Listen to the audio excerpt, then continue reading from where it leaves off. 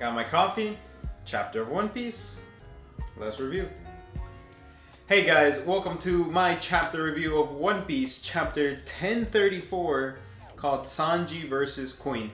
Now, I'm sorry if you hear any, background noise, background music. I'm gonna try and layer it with my own music.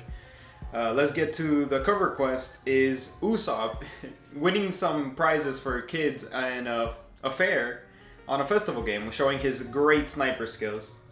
All these chapters dedicated to Sanji have been honestly great. We've gotten some foreshadowing on the previous chapters. We've gotten some great Sanji moments that have honestly escalated his character and proven like who he is as a person deep down, and it's been great. Like all the Sanji love this arc so far has been really great. It's just led up from the previous Whole Cake Island to this arc. We get some foreshadowing here where this woman is calling for Chuji, the one that, Sanji quote unquote hit before by accident, or he didn't notice. And she's trying to look for her pet. We cut away from that real quick. That was like a jarring moment. And then we go outside to where Momo is, and Momo's saying that he wants everybody to escape. If you have any method to escape the island right now, escape. And I will try and save Wano as much as I can. And he said, I don't know how to create my own flame clouds, but I can grab Kaido's flame clouds and hold the island up from falling. So I can't push it higher, but I can hold it from falling, which is statics, physics. Okay, I just had a jarring moment going back to college classes and going into statics, and if like a force is coming down and you're matching it. Okay, let me cut into a moment. Okay, no, yeah, I got it, because if the force is coming down of the island and Momo's just matching that force, so he's able to hold it up, but he can't push it higher, which would mean he would have to push a weight greater than what's falling. Got it. So he's just stabilizing the island in the air as much as he can for as long as he can, holding on to Kaido's clouds, which is reminiscent of Odin when he was holding up the scabbard. So like people are saying this is gonna be like a shadow of what his father did, and he's gonna hold up the entire island, which honestly would look beautiful in a panel structure, just showing how much he looks and how much he's doing in the future like his father would. We come back to Sanji versus Queen, and Queen starts using an attack called Sparkling, and then calls it Sparkling Queen, but Sanji avoids the attack, and it says, oh, that looks like the eye beams. It looks just like the eye beams that, one of his brothers used.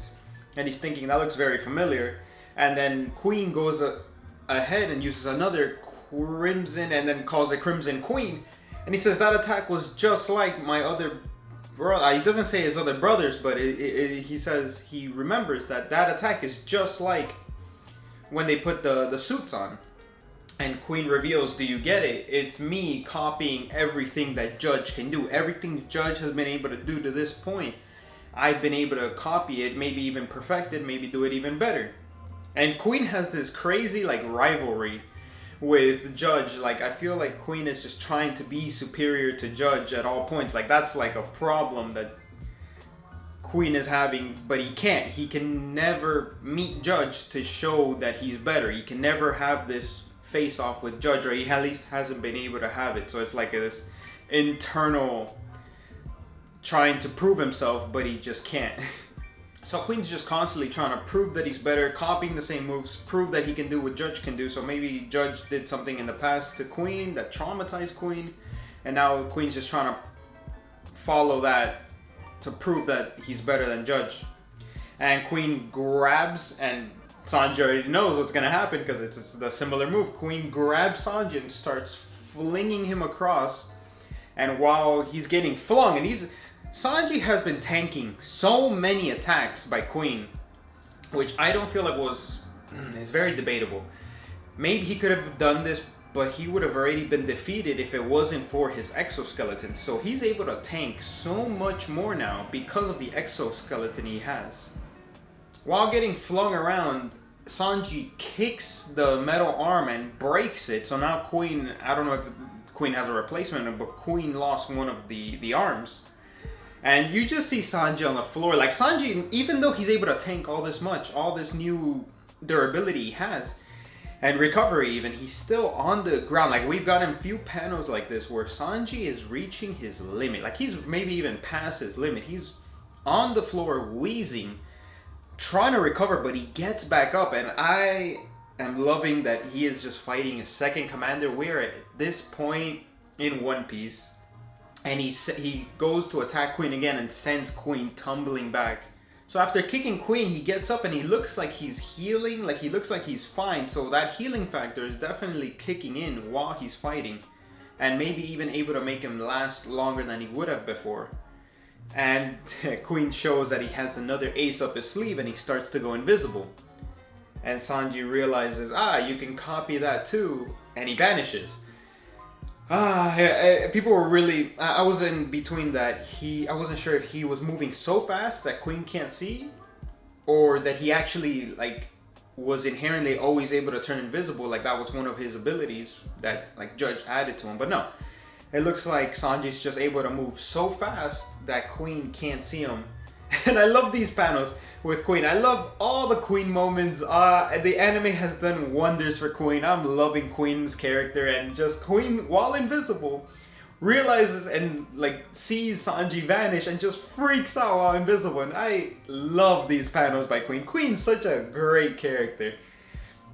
But he says, I was in between if Sanji actually went invisible or if he was moving so fast, but Queen sees Sanji vanish and he's like, no, you can't turn invisible without your suit.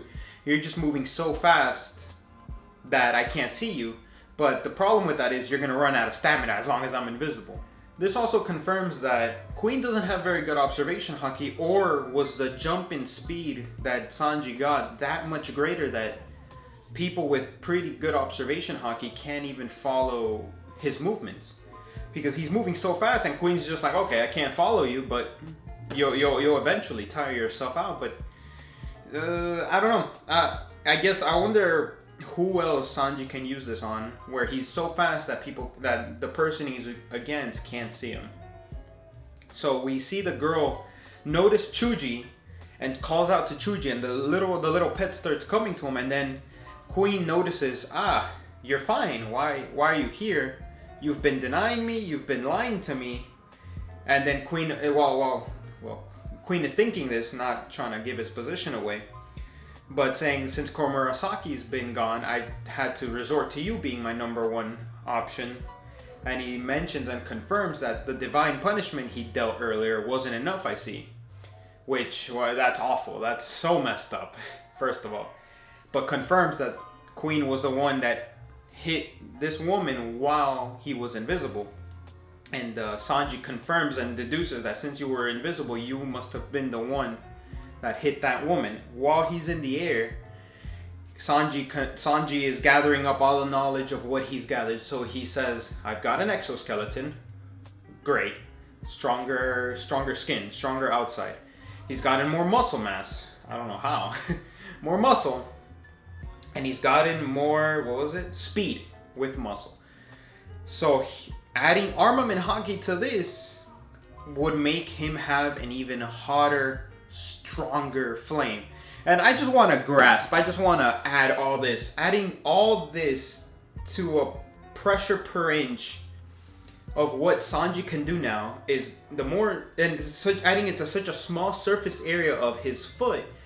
It's just the damage he can cause is so vast at the speed he's going, at the weight he's gained, and at the, speed, weight, and durability that he's able to hit harder just makes him have an even harder attack. And he calls it an appropriate name, calling it Ifrit Jamba, so an upgrade to Diablo Jamba. And it's incredible that he's also able to see, like Luffy confirmed that, wow, Sanji has really good observation haki, I have to improve.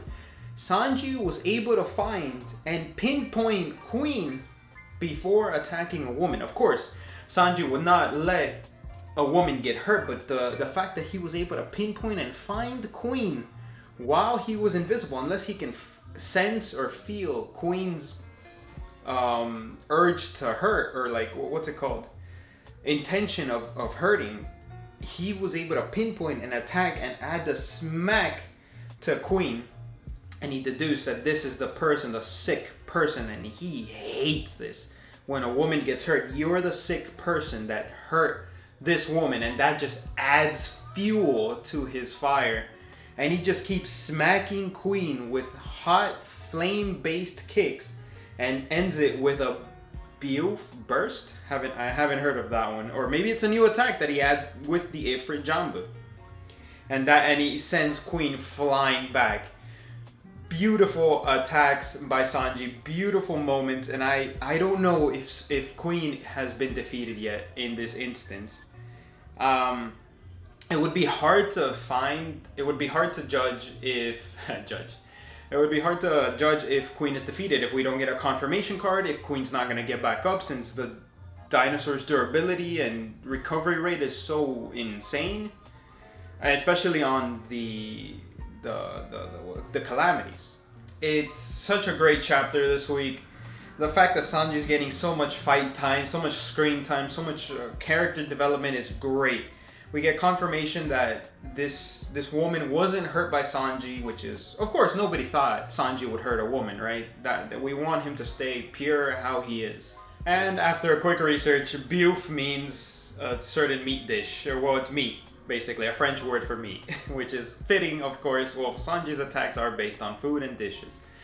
It's very appropriate. So, then, I'm not sure if there's a break next week. Viz is saying there's 7 days.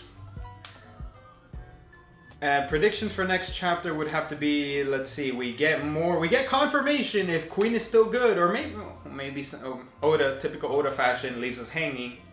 But maybe we get confirmation that Queen is either getting up, defeated, or stands up. I don't think Queen's going to go down that easily. Not yet. Although Sanji is being pushed to his limits. We hopefully get maybe a little bit of Momo development, what he's going to do, or if he tries to hold up the island yet. Let me think. King versus Zoro. Hopefully we get some more development there. I want to see what the heck is going to happen. In the SPS, I forgot. In the SPS, we had confirmation that that person, that man in the cave, the Shimozuki in the cave, not Zoro's father. Unfortunately, we don't know who Zoro's parents are. Oda says he doesn't even know if he's going to give that information. Unfortunately, we don't. Maybe he said he'll add it to the chapter. But he did say something about Ryuma. Ryuma is not the case. Ryuma can be an ancient ancestor to Zoro. So yes, Ryuma and that Shimozuki could be related, but it's not his father. So could be a blood relative or from a distant relative, but there could be a connection between Ryuma and Zoro that we haven't gotten yet, but we should look out for that. Which threw me off into a tangent, but... And then Luffy versus Kaido. Hopefully some action, but I know that Oda... Well, we might actually cut to Luffy versus Kaido, but that's going to be a whole bunch of chapters on its own that I cannot wait to see what Luffy comes out with. Hopefully Awakening. We get a little bit of Awakening that'll add to... Well, the Awakening is Gear 5th. That might be what Oda does. We don't know when... Since... Law and Kid have Awakening. That might be where we lead up to, or... Okay, I'm just going to start getting ideas of what he can combine later in the end fight for the chapters. But that's it for me, guys. I'm starting to ramble onwards. Hope you liked the review. Please leave a like, comment, and subscribe, and I'll see you for the next one.